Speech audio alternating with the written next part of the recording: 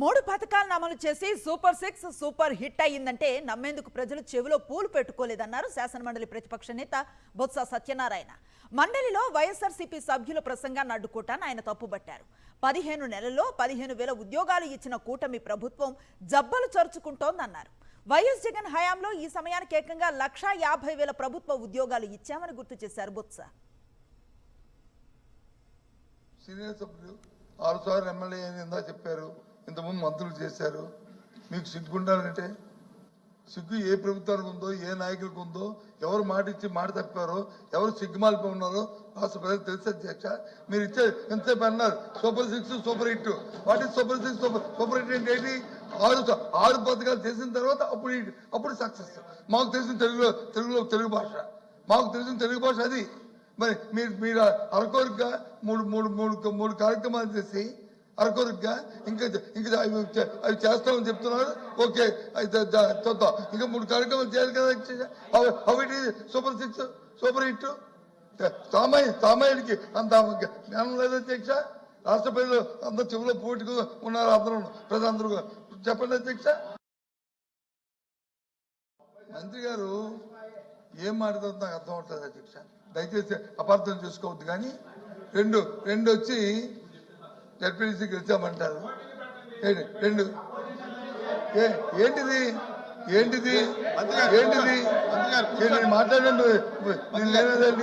ఎందుకంత అసహనంగా ఉన్నారు?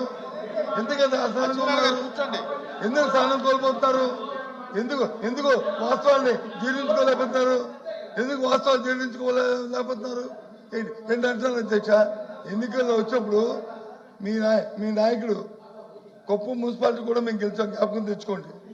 కుప్పం మున్సిపాలిటీ కూడా మేము గెలిచాం, జ్ఞాపకం తెచ్చుకోండి, మర్చిపోకండి. కుప్పం మున్సిపాలిటీ కూడా మేము గెలిచాం, జ్ఞాపకం తెచ్చుకోండి.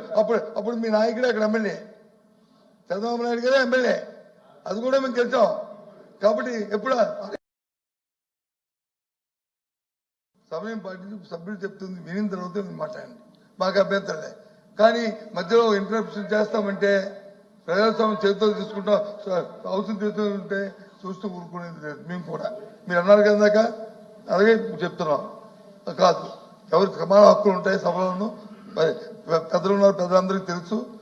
మేము దానికి అతిమించి చెప్తే సభ్యులు మాట్లాడి రాసుకోండి, చెప్పండి మీ సమయం వచ్చినప్పుడు, లేకపోతే కల్పన చెప్పండి.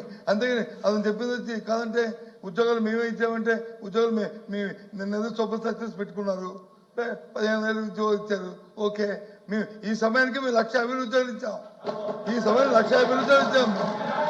ఈ సమయానికి ఈ సంవత్సరాలు కాబట్టి 1,50,000 ఉద్యోగాలు ఇచ్చాం. ఇప్పుడు మా బుజగీతుల్లో తొలగకుండా కదా ప్రభుత్వం బాధ్యతలు, ప్రభుత్వం బాధ్యత. కాబట్టి దయచేసి మేము 1,50,000 ఉద్యోగాలు ప్రభుత్వ ఉద్యోగాలు నోటిఫికేషన్ ఇచ్చి ఈ సమయానికే ఇచ్చి ఇందాక అమెండ్మెంట్ కూడా పెట్టారు మనోహర్ గారు డిప్యూటీ సీఎం గారి తరఫున. ఏమని ఒక డిపార్ట్మెంట్ నుంచి కాదు ఇంకో డిపార్ట్మెంట్కి. వాళ్ళందరూ మా కార్యకర్తలా చెప్పండి.